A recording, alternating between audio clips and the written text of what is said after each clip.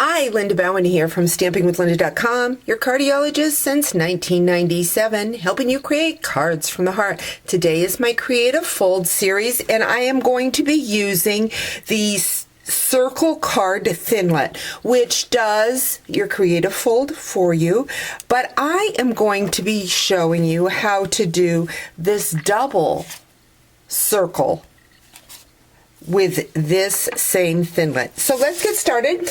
I am going to bring in my Big Shot, my brand new Big Shot. Thanks to Sizzix and Stampin' Up, I was having trouble with the layers and needed a shim underneath my machine. I called Stampin' Up, and my machine had been purchased within 3 years, so I got a brand new Big Shot free. New cutting mats, so excited. Okay, so let's get started. I am using that Circle Card Thinlet. I have cut my cardstock down. It is 5 7/16, so a 1/16 of an inch smaller by 8 1/2. So the standard card, I'm going to put that in. My knives are facing up, and why I cut it smaller was because I like to put my cardstock right in the card base. You notice that I slipped the paper underneath because it is longer than the Thinlet die. I do not want to cut it there, so we're going to run that through and make my first cut on my new cutting mats. Snap, crackle, pop. So I've run that through. Now what I'm going to do is pull that cardstock out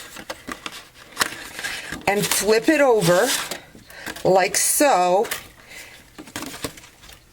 And again, put the extra, so this is the part that I've cut, putting that underneath the knives. Again, my knives are facing up, and run that through.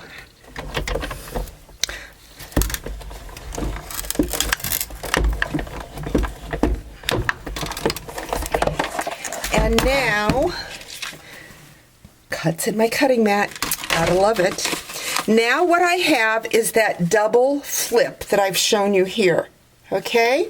So next what I'm gonna do is I'm going to bring in my Designer Series paper. This is the Something Borrowed, same size. It is the 5 7/16 by 8 1/2. Going to slip that under, run that through,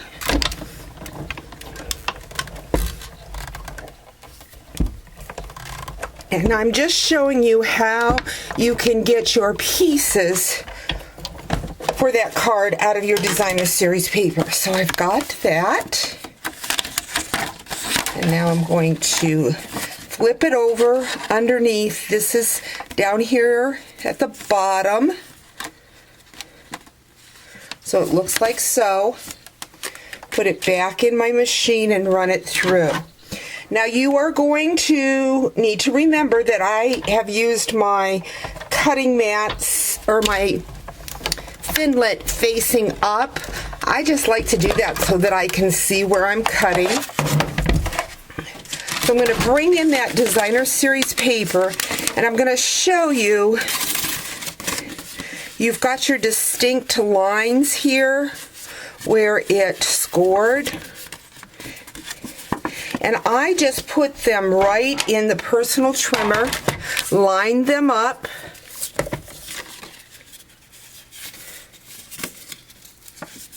nice crisp. It's harder to see with certain patterns of the Designer Series paper where those lines are, where you need to cut. There, that shows me better. So I'm just going to cut,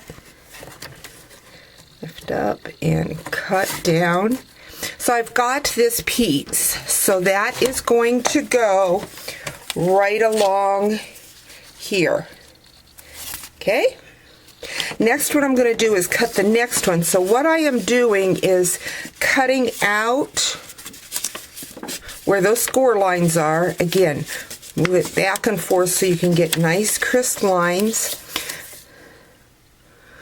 Now, you can, if you want that 1/4 inch border, you can trim this piece down. The same thing over here. So I'm just cutting that piece out. There's the second one.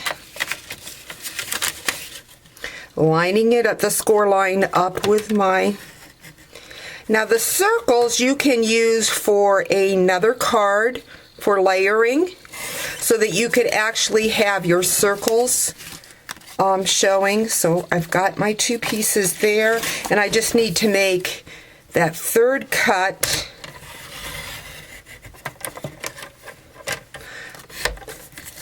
for my center right here. Now again, you can trim it off if you want a border around, or you can leave it the same way. I used the stamp set Cheerful Critters to make this card, but there you have a, oops, there's the designer series paper that I used. So there you have a double flip card using the circle thinlets.